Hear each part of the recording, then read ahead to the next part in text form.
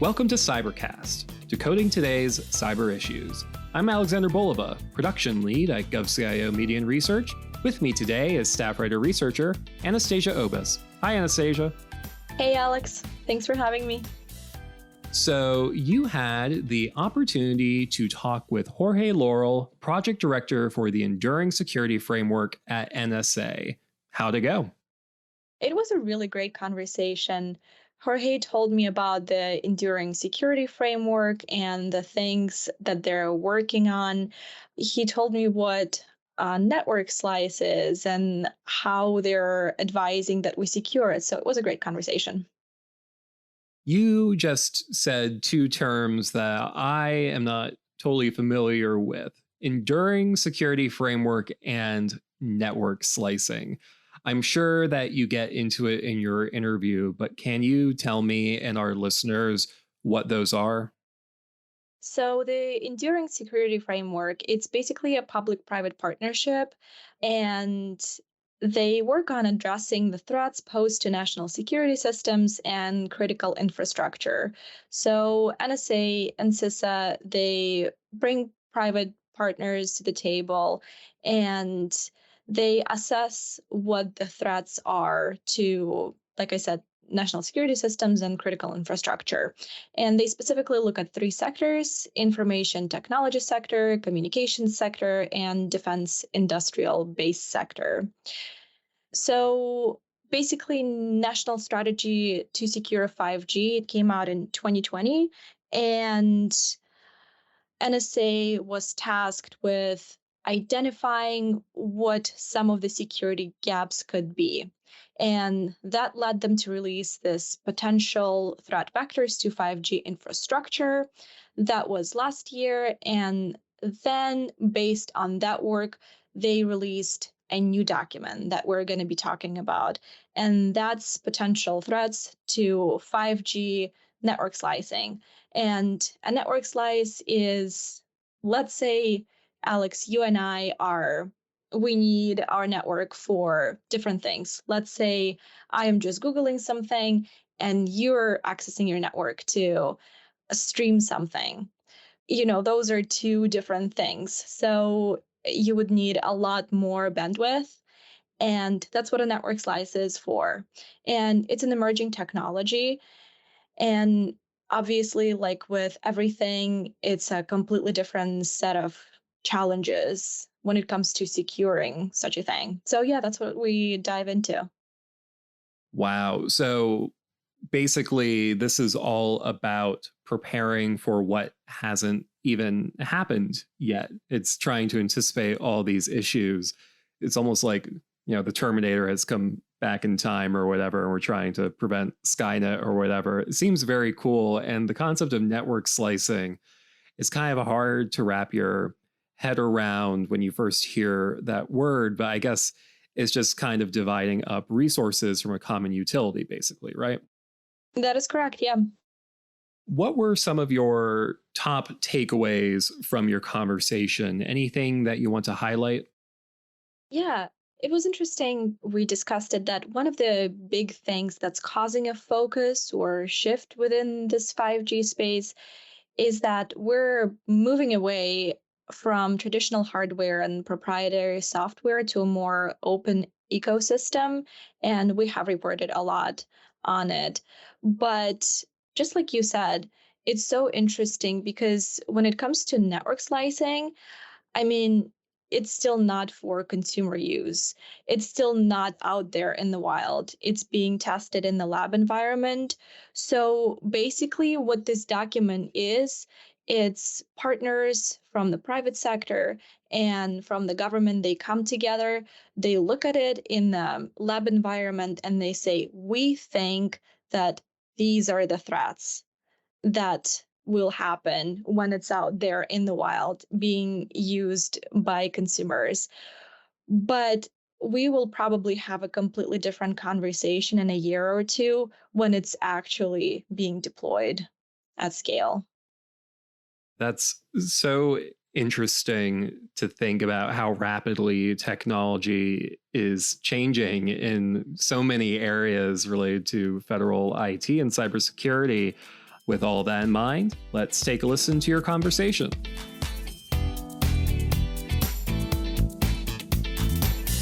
All right, Jorge, thank you so much for taking the time to speak with me today.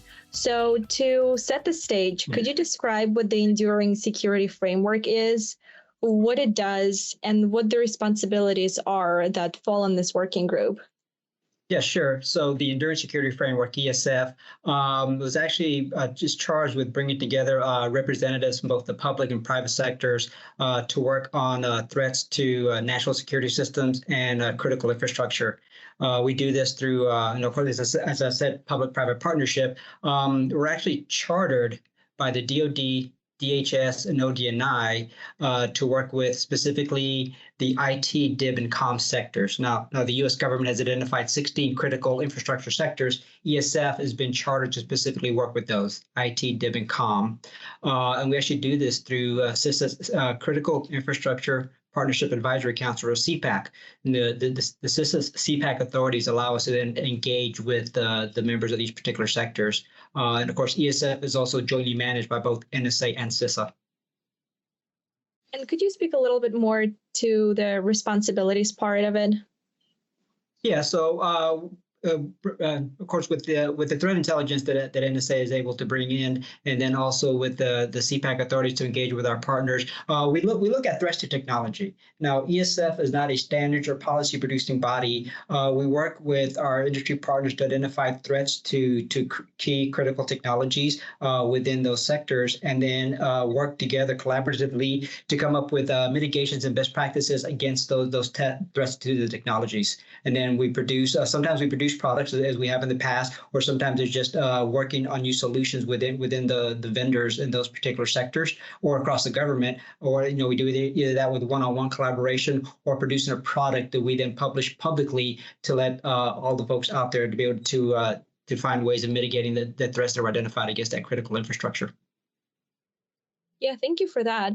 So potential threats to 5G network slicing is built on the work of the previously published Potential Threat Vectors to 5G Infrastructure document. Could you give a brief overview of that document, what some of those potential threat vectors are, and how it contributed or how it informed this in-depth analysis of 5G network slicing?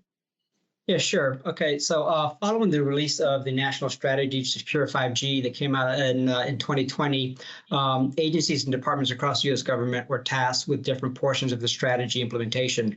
ESF was specifically tasked to assess 5G security gaps and then pursue technical solutions for unidentified gaps. When we were given the task of helping secure 5G, I'd like to say it's like telling somebody, go secure the internet. Where do you even start? So what ESF did was we convened a working group comprised of SMEs from the public and private sector. And we also reviewed existing bodies of work to help identify those gaps in cybersecurity, in 5G cybersecurity. This led to the development and then release of ESF's, what we call our foundational document, the potential threat vectors to 5G infrastructure. And with that particular paper, we identified 3 key areas surrounding 5G security: policies and standards, 5G systems architecture, and supply chain. So having published the paper and identified those key areas, even within those areas, we then further defined some potential threats, specifically within systems architecture. And within that paper, we actually identified network slicing as a potential threat vector as 5G was implemented and is pushed across industry. And also at the time, there were standards defining 5G specifications for mobile network operators on how they built out their networks, but there was no clear specifications for the mobile network operators on how they should develop and implement secure network slicing. Of course, following the release of that ESF foundational document, we looked at all the threats identified in there, and then we went back to our industry partners and we said, where do we think we need to focus on as we're looking at 5G security as a whole? Talking to our industry partners, because we know we don't develop these solutions in a vacuum. We're constantly engaging with our industry partners, the operators, the hardware manufacturers, the software developers, and talking to all the SMEs out there. The group thought that we needed to look at 5G core because a 5G network network is cloud native in the core. So we looked at the best ways to secure that. So last year we released a 4-part series specifically focusing on 5G cloud and security within that portion of the 5G network. And from there, we then shifted our focus to network slicing. As I said, we identified that as a key critical component within a 5G network. And so that led to the production of our threats to 5G network slicing that was released back in December. Yeah, and diving deeper into potential threats to 5G network slicing, could you talk a little bit about some of the areas reviewed and studied in the document, and also what the general purpose of the document is? Yeah. So during the development of the network slicing paper, we asked our working group participants, just like we did in the first and all the other work that we've done, is what are the key critical threats that they're seeing out there? And we did the same with this particular working group. We said, hey, if you were looking to design and implement and operate a network slice, what are the key critical components that we wanted to look at? And then working with our industry partners, we identified several threats, and within the paper, we identified them as a low, medium, or high type threat. And then we decided to then focus on the threats that are identified as a high threat. And within the paper, we specifically identified distributed denial of service, man in the middle, and then configuration attacks as at the time what we consider to be the most critical threats to 5G network slicing. So we then addressed ways to possibly mitigate some of those threats.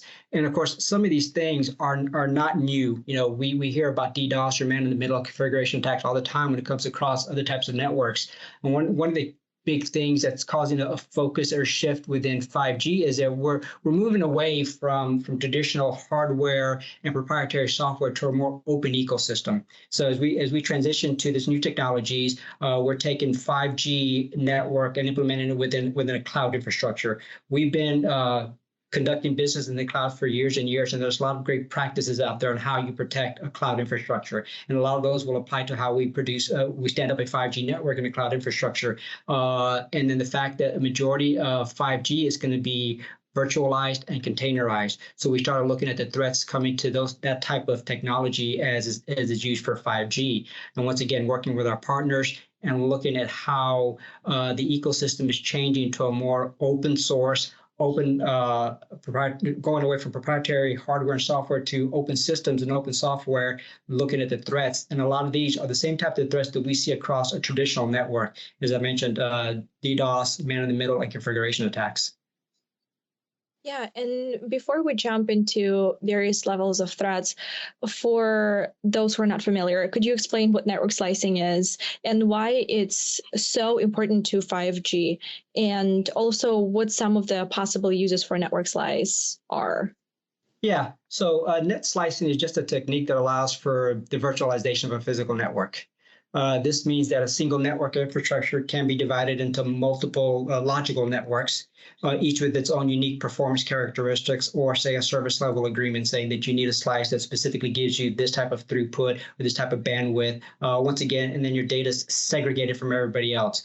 Kind of no different than if you use a VPN. You start up your VPN software and you connect to a distant site, that connection is secure from your device to the device that you're connecting to, that end-to-end encryption and the privacy. Well, network slicing will kind of do the same thing for cellular networks. It will allow the operators to segregate that network into distinct slices that can be set up for different types of uses. Of course, when we look at the three things that 5G networks promise are enhanced mobile broadband, massive machine type communications, and ultra reliable low latency communications. Two of those things, massive machine type communication and ultra reliable low latency communications, are dependent on network slicing, the ability to create a slice and give a user a specific type of connection that they need. If we're dealing with ultra reliable low latency type communications, say for autonomous vehicles or something that's very critical within infrastructure that the information must be delivered in a timely manner, a traditional 4G type network, you're just putting that information out there with the rest of the data traveling across the network. But in a 5G, if you're able to then instantiate a network slice that ensures that the communications across this slice is going to be super quick, super fast, it's not going to be interrupted, then a lot of the things that 5G promises to bring on board across IoT spectrum or critical infrastructure monitoring, a lot of those things are going to be very dependent on the ability to segregate traffic within a network and ensure its consistency and reliability when it's being delivered.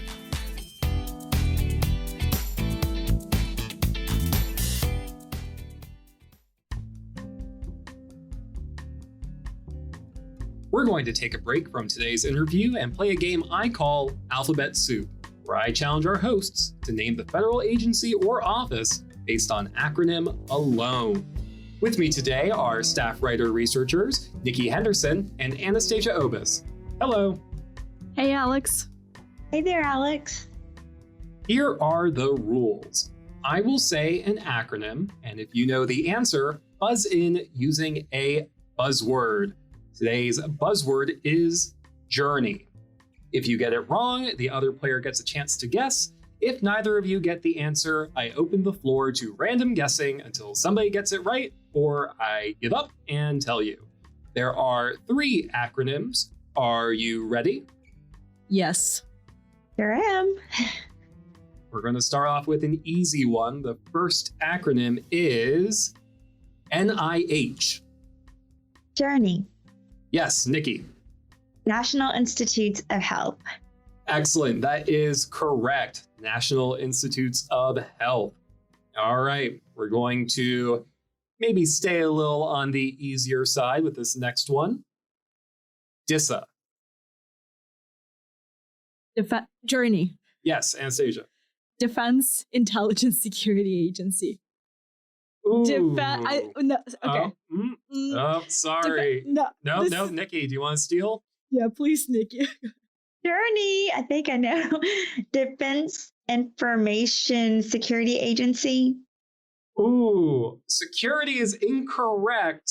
Do we have any more guesses? Information Security. I thought it was security. You said security is wrong? Right. Oh, Defense Information Systems Agency. That is correct. That is what DISA stands for, Defense Information Systems Agency. All right. For our last acronym, we have RMA. Could you give us a hint? Let's see. I want to do something that isn't going to give it completely away. Well, the A stands for agency, I can tell you that. Oh, gosh. No, so when you are dealing with cyber and, anything involves a certain level of threat that you have to deal with. Does this have the word resilience in it? No. RMA. First word shares a name with a very popular board game. Oh, gosh. Not resilience. Popular board game. Not, okay. I was going to say Renaissance. That's obviously not it. Wow. Does M stand for management? Yes. Oh, wow. So we have blank management agency.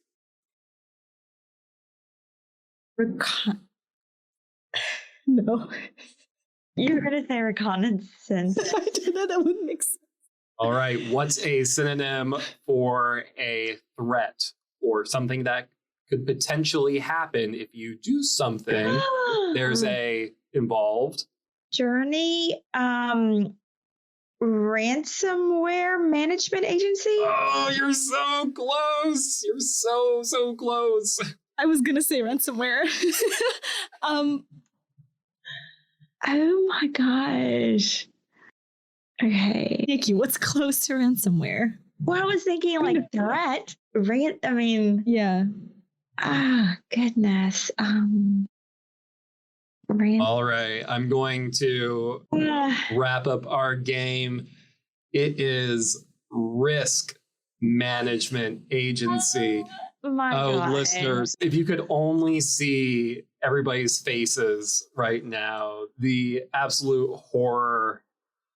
That is the agony of alphabet soup. But still, Nikki, you got the first two right, so you are today's winner. Do you have anything you'd like to say? Woohoo! Yay! That's awesome. All right. Now I'm just disappointed because Risk, that was really easy. So that was right there, and we.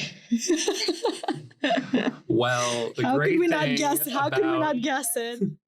The great thing about Alphabet Soup is that you'll always have another opportunity to play again and redeem yourselves. But until then, thank you all for playing. And now back to the episode.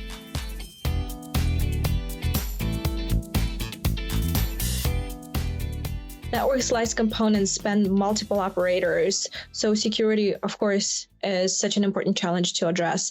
When assessing the relationship between 5G threat vectors and network slicing threats, what are some of the threat vectors that have a high level of relativity to network slicing?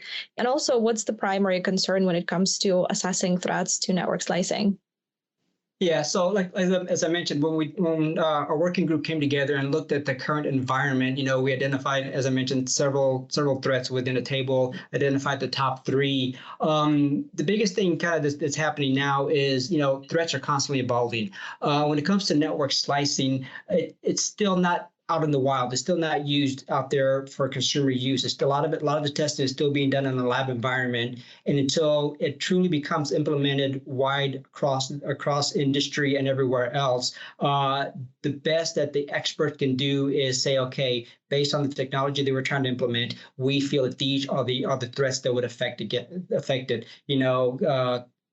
We don't know what we don't know. When mobile network operators are actually able to introduce network slicing, which is still a year to two down the road before it actually becomes ubiquitous across everywhere, and it's actually network mobile operators are able to provide network slicing services. Once that is actually out there commercially available, and then they start using it, there could be new threats that we didn't even think about that pop up. One thing that we can place a bet on that will always win is that the adversaries are constantly going to find ways to keep us on our feet and find new ways to attack our networks and find weaknesses. So, going with what the mobile network operators are seeing in the lab environment and the threats that they're trying to protect against, they have a mindset of how they're going to deploy this. But once it's actually out there and available to use, we'll guarantee you that adversaries will be finding ways to break into it and find weaknesses within the infrastructure. Some of the things also lying behind that are standards. So the mobile network operators are closely watching what standards are being put out from organizations like 3GPP, who are defining the standards on what a network slice will be. And some of the options some of the security mechanisms that 3GPP is putting out are actually considered optional within the standards. So a mobile operator is trying to stand up a network slice, and 3GPP says this particular security setting is optional. They may not actually implement it, which could be a weakness across that particular infrastructure. So by working with standards bodies and making some of these optional security things mandatory as slices are eventually come out down the road, would be very helpful. And as I mentioned, it could still be a couple more years before the mobile network operators are actually able to offer network slicing as a service. But starting those discussions right now, identifying the great services that a network slice can provide to you, but also at the same time those critical things that we need to be thinking about, kind of from a zero trust mindset and that defense in depth, ensuring that we're looking at the critical portions of the slice and how, as they're rolled out several years down the road, we've addressed that security ahead of time versus after the fact. Right. And could you give an example of what not properly securing a network slice could look like? What would be some spillover effects?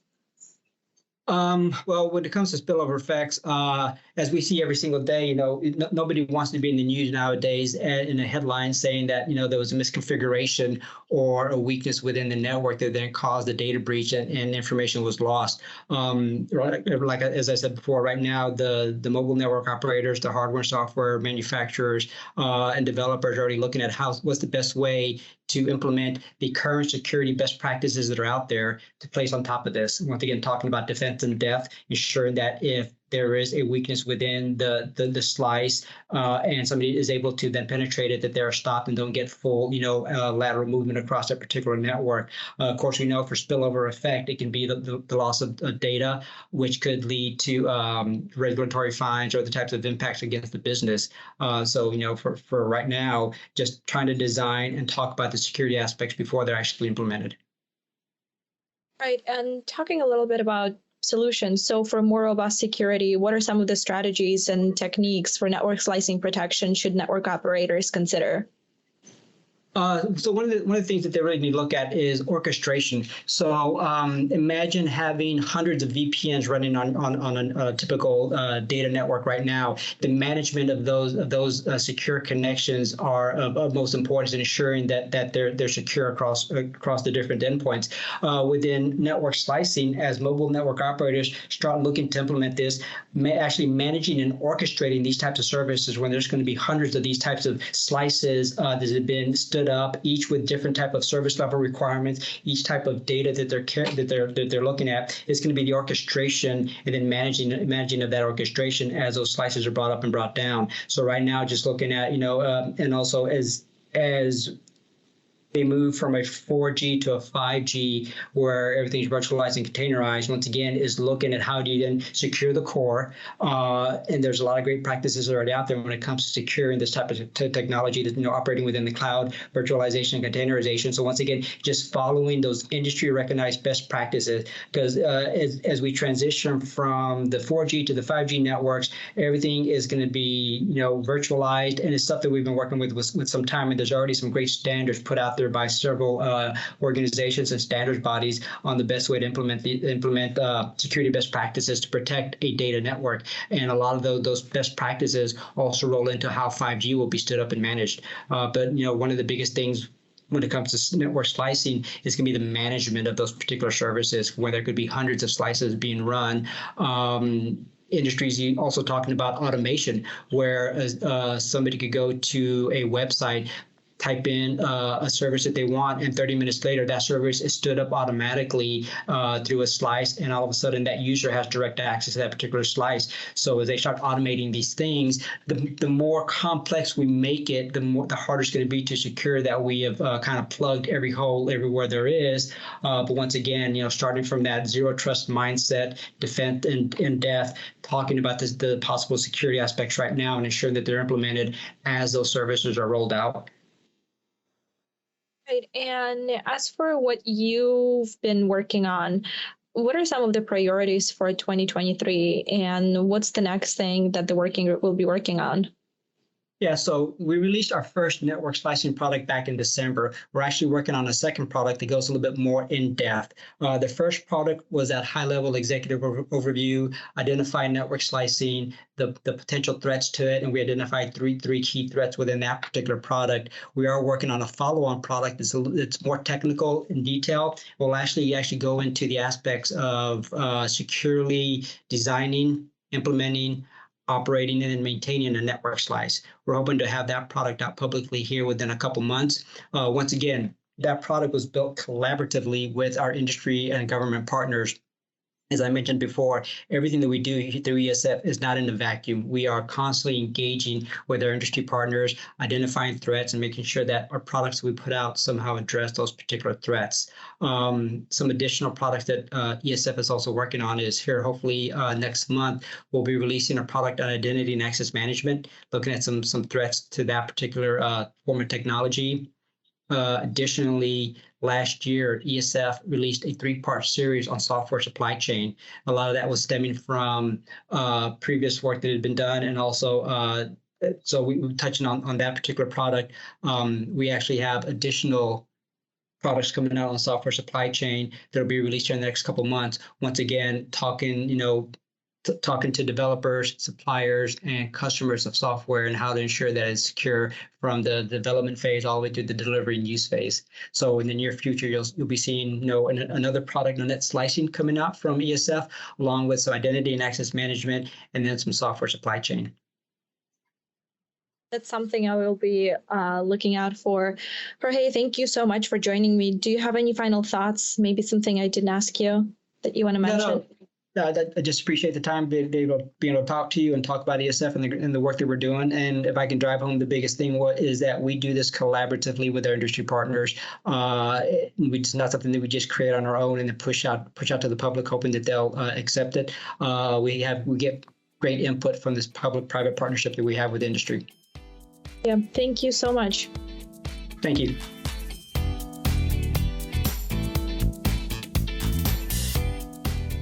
Thank you, Anastasia. That was a great conversation. Before we let our listeners go, are there any last takeaways you want to leave them with? Anything you want to highlight? So the document that we are discussing in this episode, that was released in December, and they are currently working on a second document. So they will be diving deep into all things securing 5G network slicing. So the first one was kind of an overview, and this one is going to be a lot more technical. And they're actually releasing 2 more documents this year, and the first one is going to be on the software supply chain.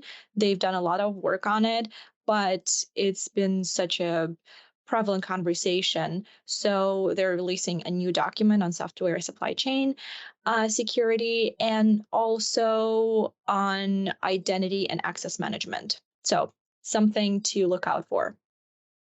Definitely something for our listeners to keep an eye out for. I'm sure that we will be reporting about that on our website. And it's a great reminder that in this field, you're never really done, right?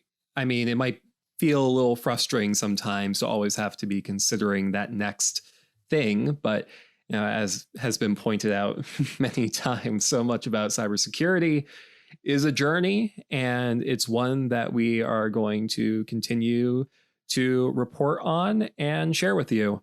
So thank you again, Anastasia. We'll be back in 2 weeks for a brand new Cybercast. But until then, I'm Alexander Bolova. I'm Anastasia Obis.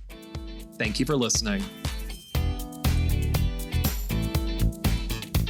Cybercast, along with GovCast and HealthCast, is a production of GovCIO Media and Research. For more podcasts and to check out the other shows, head to govciomedia.com. Watch out for new episodes released every Tuesday and Wednesday across our shows. You can follow all of them on your favorite podcast platform. And if you like what you heard, make sure to let us know by leaving a review. And if you have any topics you think we should look into, contact us at newsletter@govcio.com.